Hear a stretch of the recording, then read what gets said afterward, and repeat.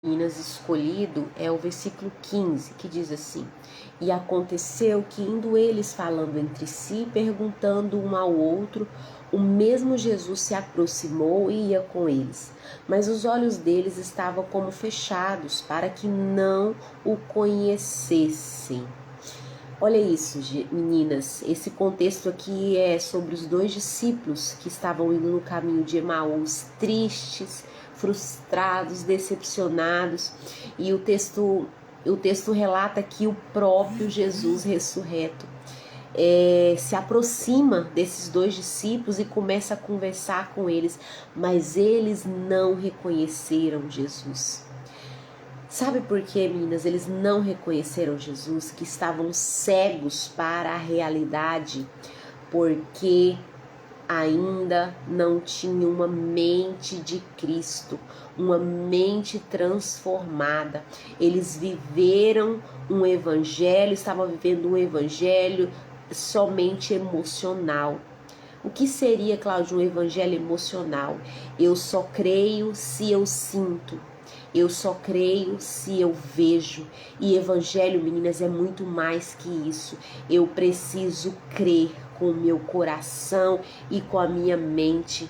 Meninas, uma mente limitada, grave isso que eu vou dizer para vocês. Uma mente limitada terá expectativas erradas. Uma mente limitada irá enxergar a realidade totalmente distorcida. E se eu enxergo, se eu tenho uma visão de mundo distorcida da realidade, as minhas expectativas também serão distorcidas, como é relatado aqui no texto, que eles tinham uma expectativa totalmente equivocada, que no 21 diz: nós esperávamos que ele fosse o que remisse Israel. E ele veio sim para remir não só Israel, mas remir toda a nação, remir o mundo inteiro. Ele veio para trazer salvação para o mundo, mas a mente, a expectativa deles estavam limitadas, porque nós precisamos entregar tanto o nosso coração quanto a nossa mente para Cristo. Permitir que o evangelho renove o nosso coração, que nós venhamos sim sentir a presença de Deus, que nós venhamos sentir, desfrutar de tudo que o evangelho tem para nós, mas entregar a nossa mente às áreas que ainda estão reféns. Esses dois discípulos aqui de Jesus, eles ainda tinham uma mente, uma mentalidade refém que os levaram a se frustrar, que os levaram a se decepcionar com Jesus, com toda aquela situação. E como, Cláudia, como nós podemos renovar a nossa mente? Aqui no próprio texto, meninas, Jesus traz essa evidência. Aqui a partir do 27, diz assim: E começando por Moisés e por todos os profetas, explicava-lhes o que dele se achava em todas as escrituras. Ou seja, meninas, nós precisamos, como diz em Romanos 12:2. Romanos 12:1 começa falando que nós devemos oferecer um culto racional. Quando fala isso, meninas, não é só um culto emocional. Eu só adoro se eu sentir, eu só faço se eu sentir. Nós precisamos agir, se mover de acordo com as nossas convicções. Mesmo que eu não sinto, eu continuo crendo. Eu não estou sentindo vontade, eu não estou sentindo arrepios, eu não estou sentindo que vai dar certo, mas eu creio, porque a palavra diz. Só que se eu não conhecer a palavra, como eu vou crer no que ela diz? É ela que vai renovar a minha mente e vai tocar o meu coração. É eu falar, é eu mover, é eu adorar até que eu sinta, e não esperar eu sentir para eu fazer, para eu me mover. Então, meninas, o segredo está aqui, ó. nesse versículo 27, o próprio Jesus começou a relatar as escrituras, desde Moisés, tudo que as escrituras falavam sobre Jesus, ou seja, renovação da mente, transformação a partir da renovação da mente, levar os pensamentos cativos em obediência a Cristo. Os seus pensamentos diz: não vai dar certo, não vai acontecer, porque eu não estou vendo, eu não estou sentindo.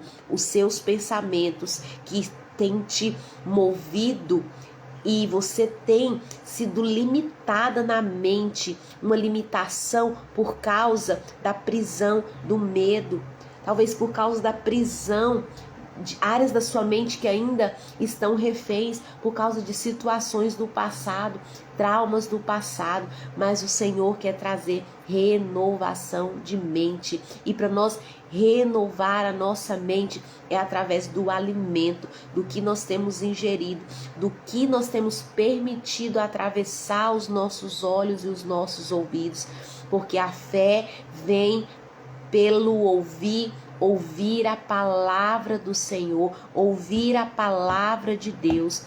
É ela que é o nosso alimento, que vai renovar a nossa mente e tocar o nosso coração. O pastor Luiz Hermínio tem falado muito sobre isso. Eu assisti uma série de palavras dele com o tema, das primícias desse ano, e o tema desse ano para eles é luz na mente e fogo no coração.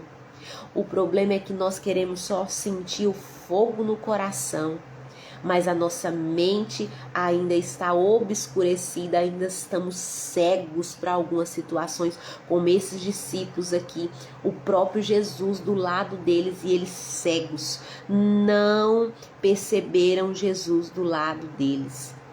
Então, meninas, vamos mergulhar na palavra de Deus, na intimidade com o Senhor, no relacionamento com o Senhor, mergulhar em renovar a nossa mente.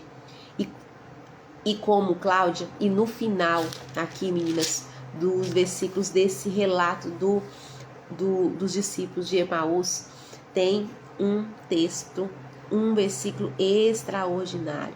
Eles chamam Jesus para entrar, para repousar, entrar na casa deles, e a Bíblia diz que quando eles se assentam à mesa e Jesus parte o pão, os olhos deles são abertos. Mesa fala de quê, meninas? Relacionamento. Relacionamento com o Pai, que vai abrir os nossos olhos da mente, para que nós possamos levar todo o pensamento de frustração, de medo, de decepção, como estavam mergulhados, Esses discípulos estavam mergulhados, com os pensamentos mergulhados na decepção, na frustração.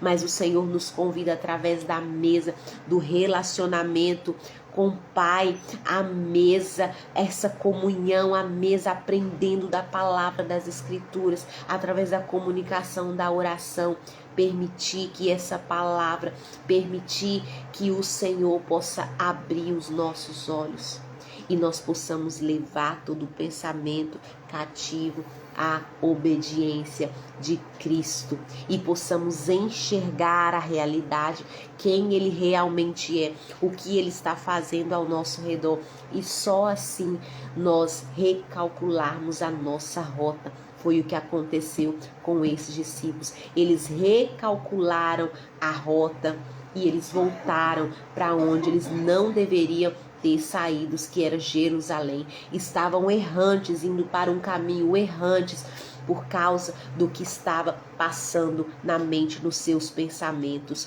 Uma mente limitada irá fazer você enxergar a realidade totalmente distorcida e irá fazer você ter expectativas erradas, como eles tiveram aqui.